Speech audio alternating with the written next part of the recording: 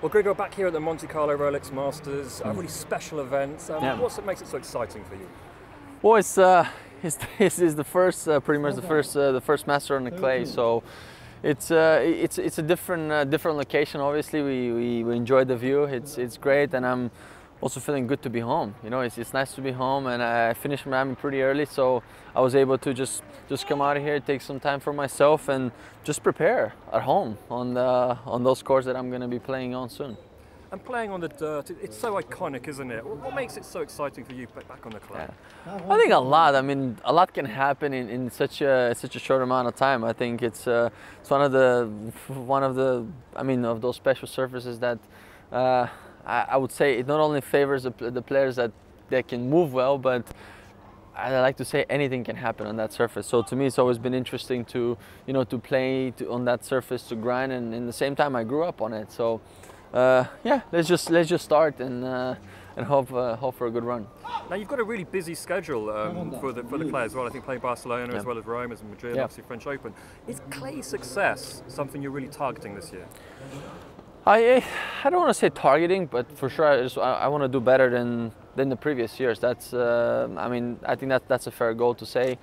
And in the same time, this is what it is. I mean, I also, as I said, I grew up on clay, and every tournament that I play on clay is a tournament that I wanna perform well. I think my body's been holding up pretty well, and I've been finding a way to move well on the court. And unfortunately, never been able to win those close matches on a clay. And I think this is the #1 thing to target right now. And if I'm able to do that, then I'm gonna have a success.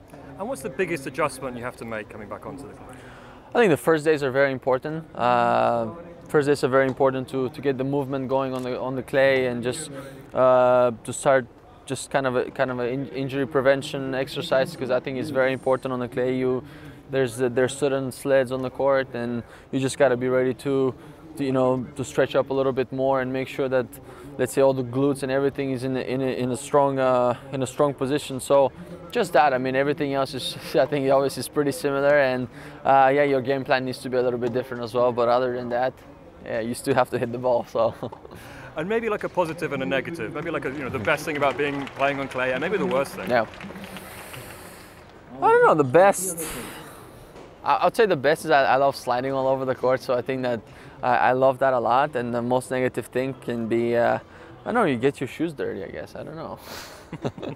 Okay, and just finally, it's Mother's Day coming up, I think on May 13th. I wonder if you could sort of had a few words for kind of the mums out there on the tour. Oh yeah, I mean, for sure, for me, parents or families is first in life. But my mom was the person that gave me my racket. So there it is. I mean, this is. I know what is it to be supportive, but I know what is it to have someone, especially like your mom, being next to you, and to be anytime you want, anywhere you want, and anytime you want. I think it's you should never take that for granted. So appreciate your mom.